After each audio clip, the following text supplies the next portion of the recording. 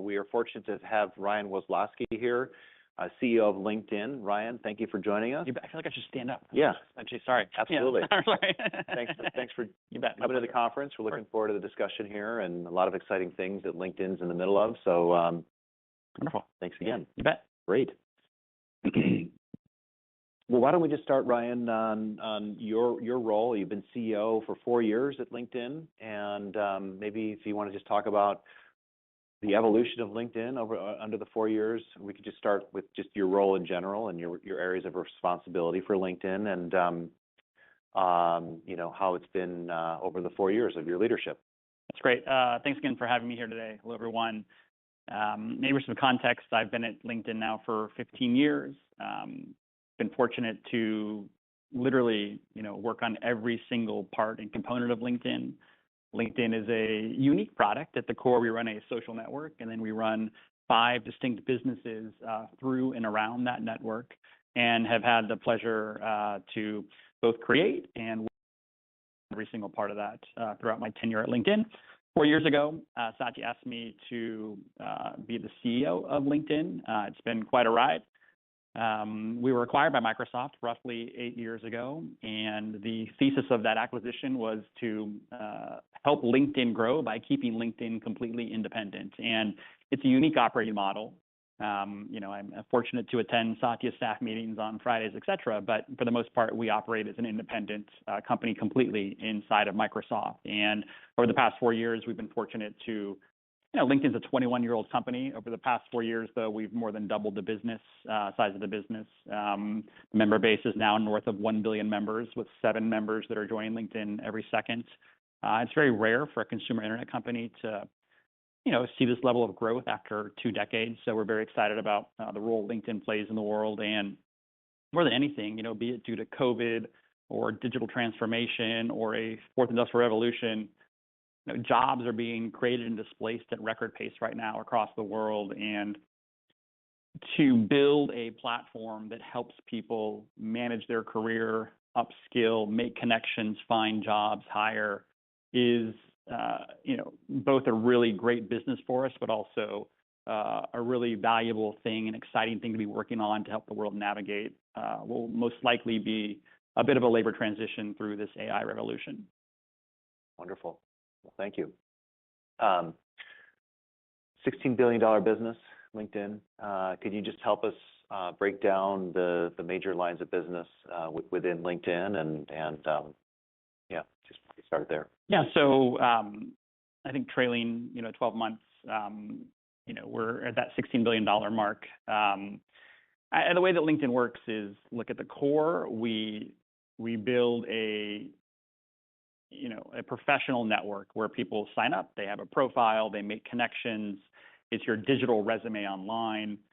When someone looks you up in the world, they're probably going to look at your LinkedIn profile. And so the core of what we do, the most important thing is to ensure that we have a valuable and vibrant product for people to establish their identity, make connections on LinkedIn.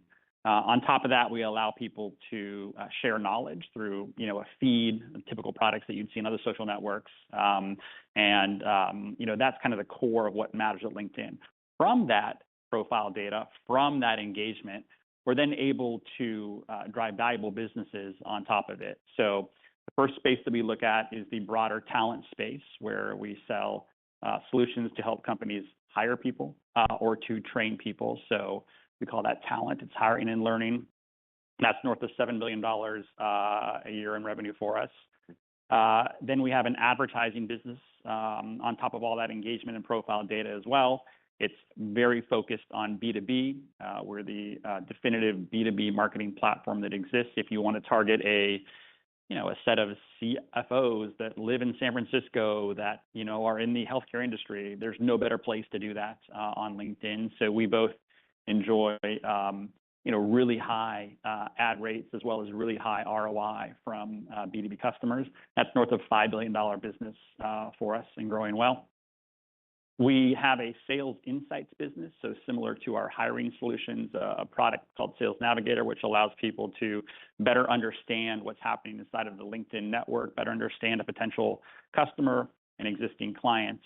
Let's say that someone you sell to at a company, they just move jobs. We'll help you understand what's going on at that company, who you should reach out to, et cetera. That's north of $1 billion business for us right now. And last but not least, we allow all consumers, the billion consumers across LinkedIn, to subscribe to premium services inside of our core consumer app. Better job seeking features, better messaging features, et cetera. And as we recently announced, that's north of a $2 billion business for us. So that's roughly the way that the business breaks down. Wonderful. Great. Thank you. And LinkedIn is kind of unique. It's a social media platform for professionals. And so who do you view as competitors to LinkedIn when you think of the landscape? Yeah, I mean, I guess at our core, there's no direct competitor that's both a social network and in all the businesses that we're in. We have a ton of competition, obviously, at the individual line of business level. And, as it relates to, social networks in general, there's obviously a lot of competition there. We spend a ton of time and effort to really focus on making LinkedIn be the place for professionals, professional activity, focused on your job, on your career, on professional networking. So kind of at the core, that's the most important thing that I focus on. I would say, the competition that I would worry about over time would be a world where people don't make a distinction between social and professional. So for example, if you believe that, you could do everything you needed to do to be successful in your career on TikTok, then I would start to see that as a competitive threat to the core of what LinkedIn is. But for the most part, even Gen Z, Gen Alpha, we continue to see them making that distinction between personal and professional. And it's even why LinkedIn is growing faster than it ever has right now, which is really great. So that's how I think about the competitive landscape. And then obviously, I mean, in the talent space, there's a ton of companies that are selling recruiting solutions in the learning space as well. In advertising, there's no one squarely focused on B2B like we are, but obviously, B2B advertising can exist across the entire landscape. So there's a ton of competition on the outskirts, but in the core of what we do, there's no one that kind of covers everything like that. Wonderful. Great. The world of work is really transforming here with AI. Would love to get your perspective on the impact to the industry and how is LinkedIn infusing AI into the platform? Where do you see the opportunities for LinkedIn? Yeah, I mean, there's a couple of really important thoughts on this one. So first, one of the things I don't know if people really understand about LinkedIn is that, underneath LinkedIn, this, we call it the economic graph. There's this super vibrant network of data that's happening. So this graph updates north of 5 million times per minute with people, changing jobs, updating their profile, a new company posting a job, someone adding a skill, someone adding a learning course. There's just a ton of data that's happening underneath LinkedIn, which gives us really valuable insights into what is happening across the global labor market at any given time.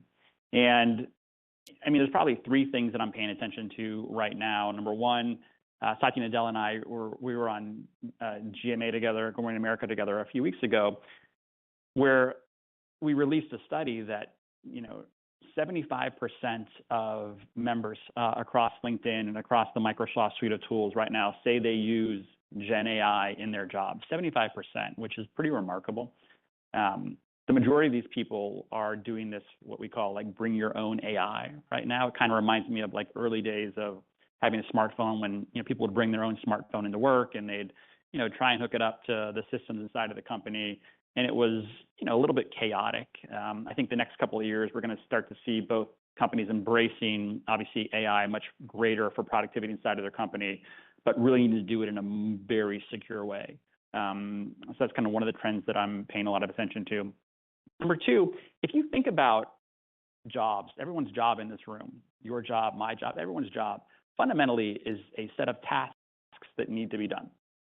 And when you look at the world through that lens, we can take everyone's job, break it into a set of tasks, then understand what tasks have a high likelihood of being impacted by AI, either completely automatable or not even automatable at all, or slightly automatable, et cetera. And when you run that math, there's two insights. Number one, if your job is just a set of automatable tasks, like, you should be looking for a new job. And it's I feel like I have a responsibility and a duty to help the world, for folks in those jobs, understand, like, hey, your job can be automated, and let's help you find the skills you need to move into a different job. The majority of jobs in the world, obviously, are not completely automatable. But what we do predict is that between now and 2030, on average, 70% of the tasks or skills that you have in your job will change. So that could be as little as, needing to learn how to use certain co-pilots, et cetera, or learning, different skills in prompt engineering. But I do believe that we're going to start to see a real shift in the skills that are necessary to be successful in everyone's job between now and 2030. So there's that happening. And then maybe less AI related, but something that I know a lot of people frequently ask me about, the data that we see. Two things on remote jobs is really fascinating right now. So pre-pandemic, at any given time, there's 15, 20 million jobs that are posted on LinkedIn actively. And pre-pandemic, it was roughly 2% of all jobs on the platform were remote jobs. If you go back 2.5 years ago, it peaked. 21% of all jobs on LinkedIn were remote jobs, which is pretty insane to see that jump from 2 to 21. And now that number is back to 8. So it kind of peaked up, and now it's starting to come back down again. So we pay a lot of attention to kind of how the labor market is shifting through remote work, and it seems like that trend is coming down. And the second thing I'm paying a lot of attention to right now is I watched this stat, which is the frequency with which the member base changes jobs on LinkedIn. And if you go back 2.5 years, we all remember, I think it was in Great Reshuffle, Great Resignation, just a ton of movement, people changing jobs. That really leveled off the past 2 years. But if you look at the past maybe 4 months, it's really starting to pick up again. So I'm not saying we're going into another Great Resignation or anything like that. But for the first time in 2 years, we are starting to see people moving jobs more frequently again. I think people were sheltering in place for a while, so we're starting to pay a lot of attention to that. Wonderful. Great. Thank you for that. And so you identified some of the key trends in the industry from AI and just general trends. How is LinkedIn, addressing some of those trends? And first and foremost, it's inside of our products. So, again, playing out Satya's thesis that LinkedIn can grow well inside of Microsoft, I think one of the most valuable things was, while most companies are trying to figure out what does AI mean, if you go back 1.5 years ago,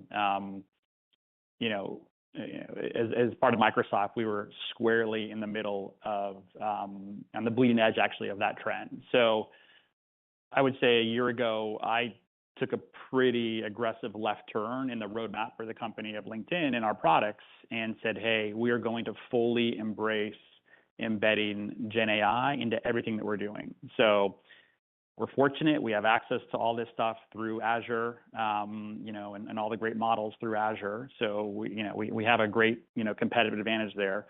And then we have to learn. So across all of our products that I talked about, our feed to our advertising tools, to our job tools, et cetera, we took the entire R&D org and started to, push Gen AI through these products. And quite frankly, we failed a ton in the beginning.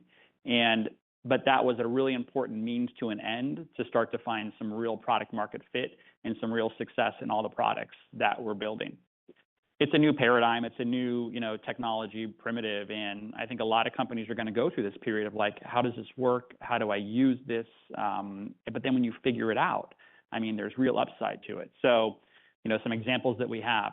One of the most important things that people need to do on LinkedIn is you create a profile on LinkedIn and it asks you a question, which is like, hey, write a summary about yourself.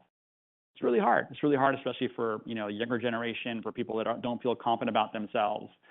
Now you can push a button and it can, scan over the rest of your profile, what you've done, and help you write a really valuable summary about who you are and help to keep your profile up to date and help you looking good. It's so meaningful because, more valuable data in our profiles, more people engage with their profile. helps our business, but also helps these people feel more comfortable about their ability to show up the right way in the workplace. We launched an advertising tool where, you know, advertising on LinkedIn is pretty special. You know, the coverage rates, the CPMs, they're really, really high because the profile data is so valuable for B2B marketers to target against, but it's also complex. If you're trying to create a marketing campaign and you're like, oh, I can, you know, wow, I can actually put an ad in front of like this cohort of people, and what should I say? It's a really complex thing to set up. We built an AI tool. It's called Accelerate, where you just put in the URL of what you're trying to market. We create the campaign for you. We create the targeting for you. We create the budgeting for you. Obviously, it's all in your control as a co-pilot where you can measure and manage it. But what typically went from, you know, a 4-hour process to really set up a valuable campaign on LinkedIn now is literally like a 30-second process. Just put in the URL and we'll help you. And then on average, folks that are using this tool are seeing a 60% increase in ROI, you know, by using that instead of setting the campaigns up manually. So that's pretty exciting. We set out to say, hey, wouldn't it be cool and aspire to give every professional in the world a career coach? Literally, someone you could talk to that could help you navigate your career. Should I apply to this job? How do I make myself look good for this job? What are things that I should do to update my profile? And we launched a product called Coach, literally called Coach on LinkedIn. It's a premium product, part of our premium subscription, where it knows you extremely well based on your LinkedIn profile. It knows what's happening across the LinkedIn economic graph and is there to help you navigate your career. I talked, you know, about the fact that our premium business is, you know, now a, you know, $2 billion business, our online subscription business. A lot of that is due to the fact that, you know, people find a lot more value in these AI tools right now. So we're seeing a lot of going momentum there. But across the entire suite, we really lean in to ensure that we could help you know, our members be more productive and successful through these tools. And again, you know, like any company out there, the key is, you know, I got to figure out how to use it. And then it's not cheap. You know, I have to find a business model that supports it. So I think we've really found that through our advertising platform, through our subscription products, and obviously, you know, our recruiting tools, which will, you know, enable a recruiter to be much more effective and productive at their job to find candidates, is where we see a lot of, you know, future upside as well. So really excited about that from the product suite. And then the last thing I will say, just because I feel really passionate about it, it's important. I alluded to it before, but, you know, we're working with governments across the world and, you know, companies, et cetera, to leverage this data that we have, which is, hey, here's how we think the labor market is going to transition and shift over the next decade, to help create, you know, training programs in countries or work with governments to ensure that they have, you know, access to the skills that are necessary for their country to be, you know, successful in an AI revolution. So we're spending a lot of time, you know, taking the data and then using it to help the world make sense of what may be a bit of an uncertain future. Wonderful. Great. Thank you so much. Why don't we shift to the membership base of LinkedIn? How would you describe the health of that, and what are some initiatives underway to drive growth? So with, you know, with 1 billion members and 7 members growing per second, signing up per second, a lot of that growth is happening outside of the United States. So we have to ensure that our product works really well in other countries. That's been a large focus just foundationally to get the translation and standardization to work across all languages. It's been a big focus. I would say one of the most important things we've been focusing on is just creating a very high quality content creation and consumption experience. We actually very purposely call what we build the knowledge marketplace, which is how do we help, you know, 1 billion members on LinkedIn take the knowledge that's inside of their head. All of you in this room have so awesome knowledge that you've learned, like through your careers and what you know. And how do we take that and help you look better and, you know, establish your reputation on LinkedIn by sharing content and then matching it to people who could find a lot of value in knowing and learning what you know, and in doing that at massive scale. That creates the feed that we have. We've been leaning more heavily into short form video as a medium in that feed. But, you know, both professionals need to stay up to speed on what's going on in their industry and their network on a daily basis. And then more importantly, I fundamentally believe that the world needs to have a high value feed product that they can turn to where, you know, it's not vitriol, it's not hate speech, it's, you know, valuable content that relates to you and your job and your professional network. So when we get that product right, the feed product, everything else starts to work well. All of our business, you know, when people use LinkedIn more frequently, they're more likely to keep their profile up to date. They're more likely to subscribe to a premium service. They're more likely to apply for a job. They're more likely to click on an ad. So getting that core quality feed experience right has been a lot of the focus that we use. And then, you know, the value I talked about in some of the job seeking products or the job coach product is a lot of the focus as well that leads towards just higher usage and retention. And you know, I mean, I think if you were to compare like the member base size and the usage rates of LinkedIn compared to other networks, you know, you'll see that people use LinkedIn more frequently because it's you know, it's not as exciting to like, you know, push the LinkedIn button versus like push the TikTok button sometimes. But our ability to monetize that in a variety of forms is obviously super high. So the more we can just create a more compelling, engaging experience through LinkedIn, you know, all boats rise on top of that. Wonderful. Since you mentioned monetization, would love to get some color from you on some of the initiatives to monetize that user base that you described, please.